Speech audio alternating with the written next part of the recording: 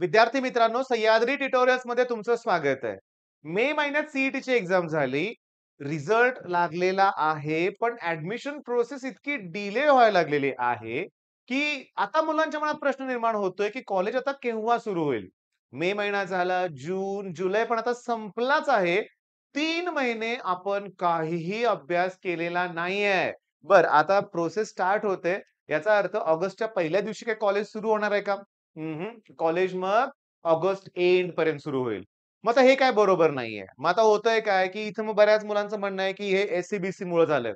तर इथं मुलांना दोष देऊ नका. मी बऱ्याच वेळा बघितलंय, कमेंट्समध्ये बघितलंय, मुलांचे डिस्कशन बघतोय मी, की यात मुलांचा दोष नाहीये. हे आरक्षणाचा गोंधळ आहे ना, हा गव्हर्नमेंट कडून झालेला आहे. बरं, मग यात सीईटी सेलला पण दोष देऊन उपयोग नाहीये. पण माझं काय म्हणणं आहे, की एक्झाम तुम्ही वेळेवर कंडक्ट केलेली आहे. याचा अर्थ रिझल्ट पण तुम्ही वेळेवरच लावलेला आहे, पण पुढे आता डिले होतोय. मग मी तुम्हाला हे का बोलतोय, का डिस्कशन करतोय, कॉलेज केव्हा सुरू होईल, याच्या मागचं रिझन आहे, सांगतो. कोव्हिडमुळं आपण टोटली 3 वर्ष सगळं स्ट्रक्चर कोलॅप्स झालं होतं. पहिल्या कोव्हिडच्या वर्षी ना ऑक्टोबर महिन्यात सीईटीची एक्झाम झाली. ऑक्टोबरमध्ये एक्झाम, रिझल्ट नोव्हेंबर, डिसेंबर, त्याच्यानंतर प्रोसेस सगळी सुरू होऊन जानेवारीत कॉलेज सुरू झालं होतं. जिथं सेकंड सेमिस्टर सुरू व्हायला पाहिजे, तिथं फर्स्ट सेमिस्टर सुरू झाले होते. मग झालं काय? 1.5-2 महिन्यातच सेमिस्टर एंड करण्यात आले. पटापट, पटापट पोर्शन कमी करून, डिलीट करून, हे करून सेमिस्टर संपवण्यात आल्या. मग ती जी बॅच आहे ना, मग त्याला ऑब्व्हियसली कोव्हिड बॅच म्हणलं गेलं. बरं, हे अगदी गेल्या वर्षीपर्यंत सुरू होतं. म्हणजे गेल्याच्या गेल्या वर्षीपर्यंत म्हणूया आपण. आणि जर यावर्षी जर बघितलं, तर मुलांना इंजिनिअरिंगला जी मुलं फर्स्ट इयरला आहेत, गेल्या वर्षी होती किंवा सेकंड म्हणून आता थर्डमध्ये जातील, त्या मुलांनी ऑब्झर्व्ह केलंय, की 1.5 महिना सुट्टी आत्ता त्यांना मिळाली होती. त्यामुळे मला काय म्हणायचं आहे, की तुम्ही जास्त पॅनिक मोडमध्ये जाऊ नका. यांच्यामुळे असं झालं, ह्या मुलांमुळे उशीर होतोय, ॲडमिशन प्रोसेस आता खूप लेट होईल. कधी कॉलेज सुरू करणार आहे, 25 मध्ये सुरू करणार आहे का? असे कमेंट येतायत बऱ्याच ठिकाणी. मी बाकीचे चॅनल्स पण बघतोय ना. तर तुम्ही पॅनिक मोडमध्ये जाऊ नका. ऑगस्टमध्ये सुरू झालं तरी वेळेवर होईल. तुम्हाला काय करायचंय एवढंच, की प्रोसेस अलर्ट राहावा. तुमचे ऑप्शन फॉर्म, कॉलेजची लिस्ट याच्यावर काम करा. आणि ना ऐका माझं, मी सांगतो हे एक अतिशय महत्वाचं आहे. मगाशी आपण काय बोललो रे आपण, की मे, जून आणि जुलै 3 महिने आपण काहीही अभ्यास केलेला नाहीये. मग मी तुम्हाला सांगू का? मग लवकरच आपल्याला इंजिनिअरिंगचा अभ्यास सुरू करावा लागेल. कॅप राउंड 1च्या दरम्यान ती मी अनाउन्समेंट करेन म्हणूया आपण, की मी तुम्हाला काय इंजिनिअरिंगसाठी कुठला कोर्स वगैरे प्रोव्हाईड करणार असेल, ते डिक्लेअर करेन. पण मी तुम्हाला सांगू का, बेसिक आहेत सगळ्या गोष्टी. इंजिनिअरिंगला तुम्हाला बेसिक सगळ्या गोष्टी क्लिअर लागणार आहेत. मग तुम्ही 11th स्टँडर्डचं ट्रिग्नॉमेट्री 2 त्यातले फॉर्म्युले सगळे आले पाहिजेत. त्याच्यानंतर कॉम्प्लेक्स नंबर, आता मुंबई युनिव्हर्सिटी आणि पुणे युनिव्हर्सिटी. आता तुम्ही तुमच्या सीनियर्सला विचारा बरं का. मुंबई आणि पुणेमध्ये ना, मुंबई युनिव्हर्सिटीचा मॅथ्स M1चा पोर्शन खूप सोपा आहे. सिरियसली खूप सोपा आहे. मग पुण्याचा फार अवघड आहे का? नाही. मॅट्रिक्सचा पार्ट भरपूर असतो. त्याच्यानंतर तुम्हाला सांगतो 4 इयर सेरीज, 4 इयर ट्रान्सफॉर्म हे जे आहेत ना, सोपे टॉपिक आहेत. थोडेसे ना लेंदी असतील. आता इंजिनिअरिंगला कसं आहे, ॲक्युरसीवर भर द्यावा लागतो बरं का, लक्षात घ्या बाळांनो. सगळं बरोबर आलंय तर पैकीच्या पैकी मार्क मिळतील. स्टेपला मार्क दिले जातीलच. कुणीही गॅरंटी देणार नाहीये. बरं, यावर्षी पुन्हा इंजिनिअरिंगचं सगळं स्ट्रक्चरच चेंज झालंय बरं का. मग मुंबई युनिव्हर्सिटी असू दे, पुणे युनिव्हर्सिटी असू दे. चेंजेस झालेले आहेत आणि हे सारखे होतात चेंजेस. त्यांचा ना क्रायटेरियाच बदलतो. पासिंगचा क्रायटेरिया, किती मार्काची एक्झाम होणार, कुठली एक्झाम होणार, युनिट टेस्ट होणार, मिड सेम होणार आणि एंड सेम होणार. याचं आत्तापर्यंत होतं. मग यावर्षी आहे का युनिट टेस्ट? चेंज केलंय सगळं स्ट्रक्चर. पासिंग क्रायटेरिया काय आहे? हे जरा त्यांच्या वेबसाईटवर जाऊन बघा. अलर्ट राहावा. अगदी आळशी बनलोय आपण असं वाटतंय ना. 3-4 महिने नुसतं निवांत चाललोय आणि अजून पण निवांतच आहे. असं व्हायला नाही पाहिजे. बरं, आता एका गोष्टीवर डिस्कशन करूया. तुमच्यासाठी नाहीये ते मी मान्य करतोय. नेक्स्ट इयरच्या मुलांसाठी आहे. आणि मला तुमचे ना सजेशन्स हवे आहेत किंवा तुम्ही मला तुमचे ना प्रेडिक्शन सांगा. सीईटी नेक्स्ट इयर कोणत्या महिन्यात होईल? काय सांगू शकाल तुम्ही सांगा बघू? तर मला असं वाटतंय, चला ठीक आहे मी थांबतो 1 मिनिटं.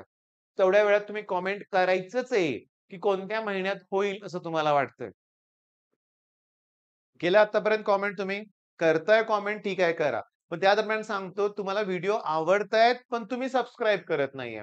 तुम्हाला सांगतो ऑलमोस्ट 70% व्ह्यूअर आहेत ना हे सबस्क्रायबर नाहीयेत. यांनी जर सबस्क्राईब केलं तर आजच माझे 2,00,000 सबस्क्रायबर कंप्लीट होतील लक्षात घ्या.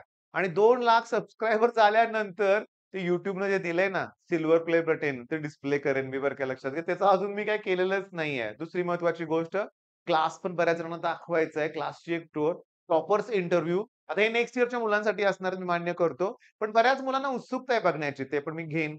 पण मुद्दा असा आहे, बघा तुम्ही कमेंट आतापर्यंत केलं असेल, तर मी तुम्हाला सांगतो, मला असं वाटतंय, की 15 एप्रिल पर्यंत एक्झाम होईल नेक्स्ट इयर. फार हे शॉकिंग आहे. पण कोव्हिडच्या अगोदर सीईटी सेलचा प्लॅनच तो होता. तर तुम्ही तुमच्या ज्युनियर्सना सांगा, की आत्तापासून अलर्ट राहावा म्हणून, की एक्झाम लवकर होणार. तुमची एक्झाम पण लवकर झाली असती, पण लोकसभा निवडणूक त्याच्यामुळे सगळं स्ट्रक्चरच बदललं. बरोबर आहे, एक्झाम पोस्टपोन हे झालं सगळ्या. तर आता यावर्षी तसं होणार नाहीये. ही बॅच आहे त्यांची एक्झाम एप्रिलमध्येच होईल आणि व्हावी आपण आता बघतोय ना, पावसाच्या आत. ओके, सगळ्या गोष्टी व्हायच्या आत त्यांची प्रोसेस संपली पाहिजे असं मला वाटतंय नेक्स्ट इयरला. बरं तुम्ही पण काळजी करू नका. लक्षात घ्या, कॉलेज सुरू होईल. ऑगस्टमध्येच ऑब्व्हियसली सुरू व्हायला पाहिजेच किंवा काही कॉलेजेस काय करतात सांगतो तुम्हाला. कॅप राउंड 1 झाला, की लगेच शिकवायला सुरुवात करतात. त्यांना ते ॲडमिशन्स रिटेन करून ठेवायचे असतात. बघायला मुलं आले कॅप राउंड 1चं ॲडमिशन झालंय. तिथे काही प्रोसेससाठी आले, की लगेच त्यांना सांगितलं जातं, की आम्ही सुरू करतोय, वेळ वाया घालवू नका. म्हणजे त्यांना ती भीती असते, की दुसरं कॉलेज ऑब्व्हियसली सगळेजण ट्राय करतात बेटरमेंटसाठी. तुम्ही पण करणार आहात. पण सांगितलं मी तुम्हाला, की सगळ्या गोष्टी वेळेवर होतील. युनिव्हर्सिटी पुणे, म्हणजे एस-पी-पी-यू, त्याच्यानंतर मुंबई युनिव्हर्सिटी आहे. शिवाजी युनिव्हर्सिटीमध्ये भरपूर कॉलेजेस होते, ते आता पार्ट 2 अंडर कन्व्हर्ट झालेत. Babasaheb Ambedkar technical university. पण सगळ्यात महत्त्वाचं, तुम्हाला जर ऑटोनॉमस कॉलेज मिळालं ना, तर सगळंच चेंज होतंय हो. त्या कॉलेजचं पोर्शन ते कॉलेज ठरवणार आहे. बरोबर ना? क्वेशन पेपर तिथल्याच शिक्षकाकडून काढले जाणार आहेत. तसं ऑटोनॉमस म्हणजे भारी वाटतंय. तेच शिकवणार, तेच पेपर काढणार आहेत, पेपर पण तेच चेक करणार आहेत. हां, म्हणजे याचा अर्थ सगळं चुकीचं होईल असं नाहीये बाळांनो. एफर्ट्स घ्यावेच लागणार आहेत. पण होतं काय, की आजकाल मला असं वाटतंय बऱ्याच कॉलेजमध्ये ट्रेंड तोच बनलाय. प्रत्येक कॉलेज ऑटोनॉमसच होण्याचा प्रयत्न करतंय. त्यात एक गोष्ट घडली मात्र. Karad government college. जेव्हा माझा लहान भाऊ तिथं होता ना, कॉलेजची फी अतिशय कमी होती. खूप कमी होती. आता ते ऑटोनॉमस झालंय. मग केलंय काय त्यांनी तुम्हाला सांगतो अशा बऱ्याचशा कॉलेजनी, की ट्युशन फी फक्त 10,000 असेल ना, तर डेव्हलपमेंट फी 70,000-80,000 घेतायत. ही डेव्हलपमेंट फी. मग टी-एफ-डब्ल्यूएस थ्रू गेल्यावर काय होतंय, ट्युशन फी माफ होते. 70,000 भरावेच लागतात. म्हणजे गव्हर्नमेंट कॉलेज ऑटोनॉमस झालं की तोटा होतोय बरं का. म्हणजे गव्हर्नमेंट कॉलेजचा मेन हेतू काय सांगू का? खरं सांगू का? आता तोच उरलाय. मग ते मेडिकल असू नाहीतर इंजिनिअरिंग असू दे. कमी फीमध्ये शिक्षण होतंय. हां. प्रायव्हेट कॉलेज ऑब्व्हियसली फीस खूप घेतायत. पण प्रायव्हेटचं उलटं असतंय बरं का. प्रायव्हेटमध्ये ट्युशन फी जास्त असते. तेव्हा प्रायव्हेट कॉलेजमध्ये टी-एफ-डब्ल्यूएस थ्रू तुम्ही गेला ना, तर खूप कमी फी होते लक्षात घ्या. ओके. आता जर मुली असतील तर टी-एफ-डब्ल्यूएस मधून जाणार का? प्रश्न मोठा आहे. कारण मुलींना जर 100% फी माफ होणार असेल, तर टी-एफ-डब्ल्यूची जागा कशाला वाया घालवायच्या? कास्टमधून असाल, एस-सी, एस-टी कास्टमधून असाल, तर टी-एफ-डब्ल्यूएस मधून कशाला अप्लाय करताय? कास्टमधून ॲडमिशन मिळालं तर 100% फी माफ होऊन गव्हर्नमेंटकडून स्कॉलरशिप मिळते. चौकशी करा. मग स्कॉलरशिप एक्स्ट्रा मिळते. टी-एफ-डब्ल्यूएस मधून घेतल्यानंतर ट्युशन फी फक्त माफ होईल. मग याचा अर्थ ओपन कास्ट मधली जी मुलं आहेत, त्यांनाच ते टी-एफ-डब्ल्यूएस खरं म्हणजे ॲप्लिकेबल आहे. बरं मग आता डेट एक्सटेंड झाल्यामुळे नाराज होऊ नका. कॉलेज वेळेवर सुरू होतील. All the best.